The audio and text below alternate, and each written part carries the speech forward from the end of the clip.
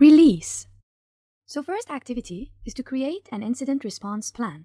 This activity crucial for helping to address new threats that can emerge over time. Includes identifying appropriate security, emergency contacts, and establishing security servicing plans for code inherited from other groups within the organization and for licensed third-party code. Best time to be implemented, release phase. The second activity is to conduct final security review. This activity helps deliberately reviewing all security activities that were performed helps ensure software release readiness. The final security review, FSR, usually includes examining threat models, tools outputs, and performance against the quality gates and bug bars defined during the requirements phase.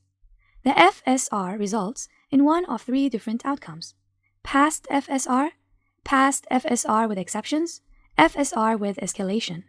Best time to be implemented, release phase. The third activity is to certify, release, and archive.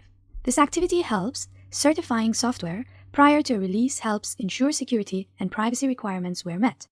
Archiving all pertinent data is essential for performing post-release servicing tasks and helps lower the long-term costs associated with sustained software engineering.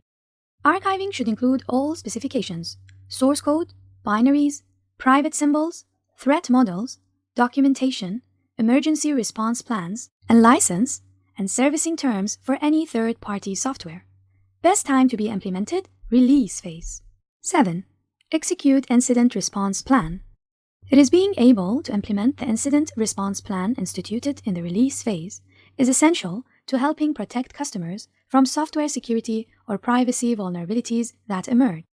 Delivering security updates and authoritative security guidance, the Microsoft Security Response Center, MSRC, is a global team working around the clock to identify, monitor, and resolve security incidents and Microsoft software security vulnerabilities.